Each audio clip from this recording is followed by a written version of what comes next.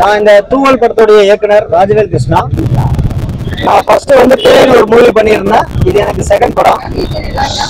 அதுவும் நம்ம வந்து சோசியல் அவேர்னஸ் கண்டென்ட்ல தான் பண்ணியிருந்தேன். இதுவும் அந்த மாதிரி தான். இந்த கண்டென்ட் வந்து பாத்தீங்கன்னா நாங்க ஃபர்ஸ்ட் வந்து இந்த அளவுக்கு நாங்க நினைக்கல. நாங்க வாழ்ந்த ஒரு வாழ்வியல்ல ஒரு வித்தியாசமா எனக்கு தென்பட்ட ஒரு விஷயத்த நான் இங்க பதிவு பண்ணியிருக்கேன். இது உலக அளவுல வந்து 40க்கும் மேற்பட்ட அவார்டுகளை வாரி குவிச்சிருக்கு. நாங்க எதிர்பார்க்காத ஒரு அங்கீகாரத்தை இந்த இண்டஸ்ட்ரி எங்களுக்கு கொடுத்துருக்கு. அதுக்கு நான் வந்து ரொம்ப எல்லாருக்கும் நான் நன்றி சொல்லணும். என்னோட சப்போர்ட் பண்ண எல்லா டெக்னீஷியன்ஸ், அதுக்கப்புறம் ப்ரொடியூசர் சார் மெயினா வந்து நான் சொல்லணும். ஏன்னா அவர் வந்து பாத்தீங்கன்னா இந்த படம் வந்து ₹1 வராது அப்படின்னு சொல்லி தான் நான் வந்து எடுத்தேன். ஒரு நமக்கான ஒரு அங்கீகாரம் கிடைக்கும், ஆனா வந்து பிசினஸா போகாது. ஏன்னா வந்து ஒரு வாழ்வியல நம்ம ரெஜிஸ்டர் பண்றோம். இன்னைக்கு கமர்ஷியல் படம் தான் நிறைய போகுமே தவிர அவார்ட் படம் அந்த அளவுக்கு கிடைக்காது அப்படின்ட்டு ஒரு 2-3 வருஷத்துக்கு முன்ன நான் வந்து ப்ரொடியூசர் சார் கிட்ட சொன்னேன். அவர் வந்து ஒரு நல்ல படம் அங்கீகாரம் கிடைச்சா போதும், நமக்கு வந்து பணம் வரணுன்ற அவசியம் இல்லை அப்படின்னு ஓப்பனாவே சொன்னார். நாங்க அப்படிதான் பண்ணோம். ஆனா இப்ப பார்த்தா கண்டினியூஸா நம்ம தமிழ் இண்டஸ்ட்ரியில நிறைய நல்ல படங்களை, கதை அம்சம் கொண்ட நல்ல படங்களை நல்லாவே ஆதரவு தராங்க. படம் சரியில்லைன்னா யாரா இருந்தாலும் கலாச்சி தெளிடுறாங்க. அது இப்போ ஒரு ஆரோக்கியமான ஒரு விஷயமா போயிட்டு இருக்கு. இந்த விஷயங்கள் இப்படி மாறினதுனால எங்களுக்கு ஒரு இந்த படத்து மேல பெரிய நம்பிக்கை வந்தது. ஏன்னா நாங்க எதிர்பார்க்காத அவார்டும் கிடைச்சது. அதனால வந்து இதை நம்ம போல்டா ரிலீஸ் பண்ணலாம். இன்னைக்கு மக்களுடைய ரசனை இந்த மாதிரி படத்துக்கு ஒரு வரவேற்பு பெருசா கிடைக்கும் அப்படின்ற நம்பிக்கையில நாங்க இதை வந்து ரிலீஸ் பண்றோம். இந்த மீடியா எல்லாருமே கொஞ்சம் அவங்க கிட்ட இந்த மாதிரி ஒரு புதுவிதமான ஒரு கதைக்களம் இவ்வளவு பெரிய அவார்டு வாங்கியிருக்கு, இதெல்லாம் கொண்டு போய் அவங்க கிட்ட சேர்த்து இந்த படத்தை நீங்க ஒரு பெருசா கொண்டு வந்துட்டீங்க அப்படின்னா நெக்ஸ்ட் என்ன மாதிரி அடுத்தடுத்த ஜெனரேஷன் இந்த மாதிரி புதிய கதைக்களத்தை மட்டும் நம்பி போவாங்க, பெரிய ஹீரோக்களை நம்பி போக மாட்டாங்க. ஏன்னா இதுதான் ஒரு ஆரோக்கியமான ஒரு சினிமாவை கொண்டு வரும், நம்மளுடைய வாழ்விலையும் ஒரு பெருசா கொண்டு வரும். இல்லைன்னா ஒரு மாயையிலே இருப்பாங்க. இன்னைக்கு வந்து யதார்த்தமான விஷயங்கள் தான் மக்கள்கிட்ட போய் பெருசா ரீச் ஆகும்னு நாங்க நினைக்கிறோம். இது ஒரு பெரிய ஒரு இயற்கையுடைய அவேர்னஸ் ஆன ஒரு படம். கண்டிப்பா சப்போர்ட் பண்ணுங்க. நன்றி, வணக்கம்.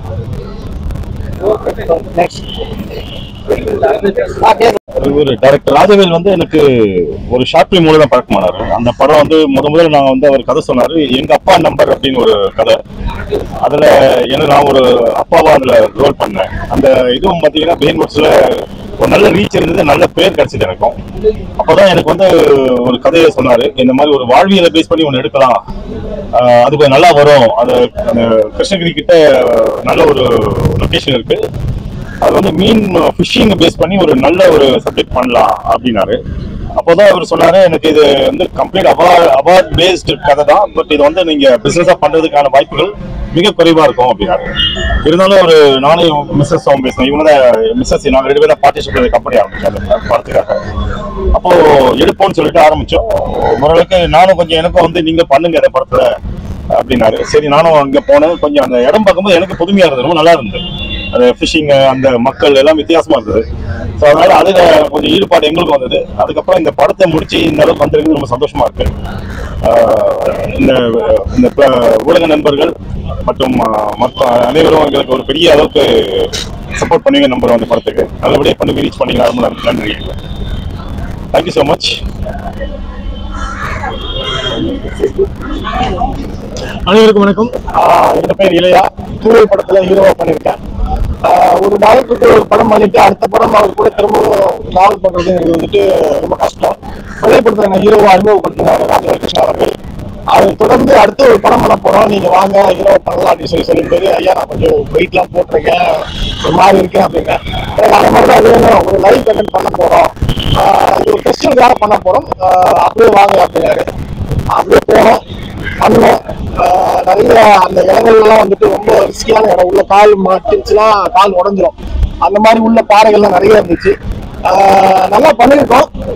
இந்த படம் முடிக்கும் போது எங்களுக்கு ஒரு சாட்டிஸ்பேக்ஷனா இருந்துச்சு. முடிச்சு இது ஒரு 40 அவார்டுக்கு மேல ஃபெஸ்டிவல்ல செலக்ட் ஆகி பெஸ்ட் ஃபிலிம்னு வந்து வாங்கும்போது எங்களுக்கு ரொம்ப பெருமையா இருந்துச்சு.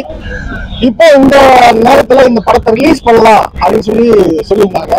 அப்படியே ரொம்ப சந்தோஷம். ரிலீஸ் பண்ண போறீங்களா அப்படின்னு சொல்லி கேட்டேன். ஆமா அப்படின்னாங்க. இப்ப படம் பார்த்தோன்னே எனக்கே ரொம்ப பிடிச்சிருந்தது.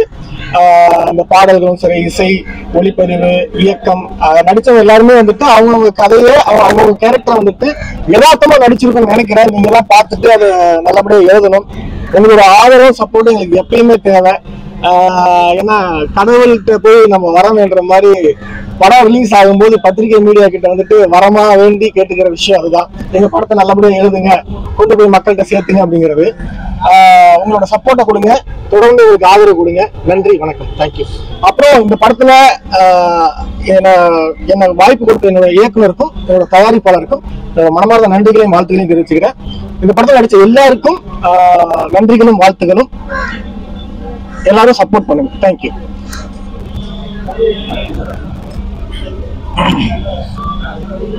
அனைவருக்கும் வணக்கம். ஆக்சுவலாக சென்னையில் வந்து பார்த்தீங்கன்னா ஒரு யூனிவர்சல் பிளாட்ஃபார்ம் கூட சொல்லலாம்.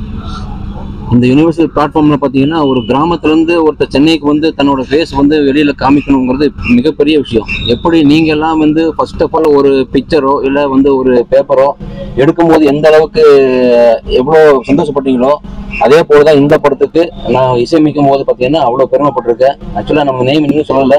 என் பேர் பத்ம சதீஷ். நான் சொந்த ஊர் வந்து பார்த்தீங்கன்னா நம்மளுக்கு ஊட்டி. இந்த படத்துக்காக ஒர்க் பண்ணதுக்கு நான் ரொம்ப பெருமைப்படுறேன். ஏன்னா நம்மளை நம்பி ஒரு கதை கொடுத்துருக்காங்க, அதை வந்து எப்படியாவது பண்ணணும். அதுவும் இல்லாமல் நம்ம ஃபர்ஸ்ட் பிளாட்ஃபார்ம் அப்படிங்கும்போது நமக்கு ஒரு ப்ரெஷரோடு இருந்துச்சு. பட் சம்பாட் எப்படி வந்து முடிச்சு கொடுத்துருக்கோம். இதுக்கு மேலே பார்த்தீங்கன்னா ஒரு பெரிய பெரிய ஆக்டருக்கு எவ்வளோ ஒரு ஃபேன் பேசஸ் இருக்கோ அதை விட தாண்டி மீடியா நம்பர்களாகி உங்ககிட்ட வந்து உங்களுக்கு ஒரு தனி ஃபேன் பேசஸ் இருக்காங்க இன்னைக்கு தமிழ்நாட்டு மக்கள்கிட்ட. ஏன்னா பாதி ரிசல்ட் எனக்கு உங்ககிட்ட தான். ஸோ நம்மளோட விஷயத்தை எல்லாத்தையுமே நீங்கள் தான் கண்டிப்பாக எக்ஸ்போஸ் பண்ணணும். கண்டிப்பாக இந்த மாதிரி கதைக்களம் வந்து வெளியில் வரும்போது உங்களோட சப்போர்ட் மிகப்பெரிய ஆதரவாக கண்டிப்பாக இருக்கும். அப்போ தான் இதோட பின்னணியில் ஒரு குடும்பம் ஒரு குடும்பம் இல்லை, நிறைய பேரோட வாழ்வாதாரமே இதில் இருக்குது. ஸோ நல்ல படமாக இருந்தால் நல்ல விதமாக ஆதரவு கொடுங்க அப்படின்னு சொல்லி இந்த படத்துக்கு இசையமைச்சதுக்கு நான் ரொம்ப பெருமைப்படுறேன். ரொம்ப நன்றி. Thank you so much.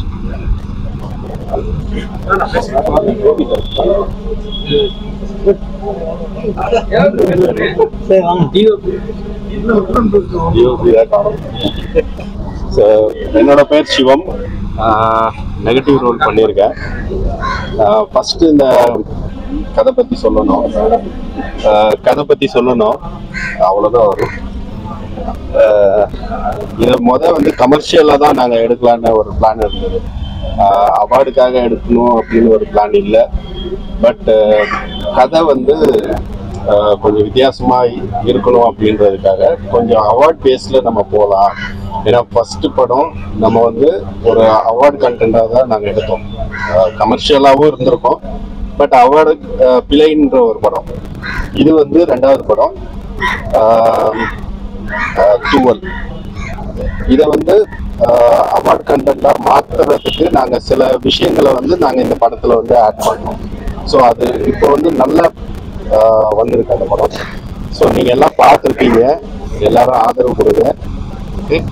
எனக்கு இந்த வாய்ப்பு தந்த டைரக்டர் ராஜவேல் கிருஷ்ணா, என்னோட நண்பர் ராஜ்குமார் சார், இவங்களுக்கெல்லாம் நான் நன்றி தெரிவிச்சுக்கிறேன். நன்றி சார். அதாவது 6 தான் ஹீரோ. 6 சுற்றி எல்லாருமே ஒரு தன்னுடைய வாழ்க்கைக்காக ஒவ்வொரு விஷயங்கள் பண்ணிட்டு இருக்கோம். அதை வந்து யூஸ் பண்ணி வாழ்ற வரைக்கும் ஓகே.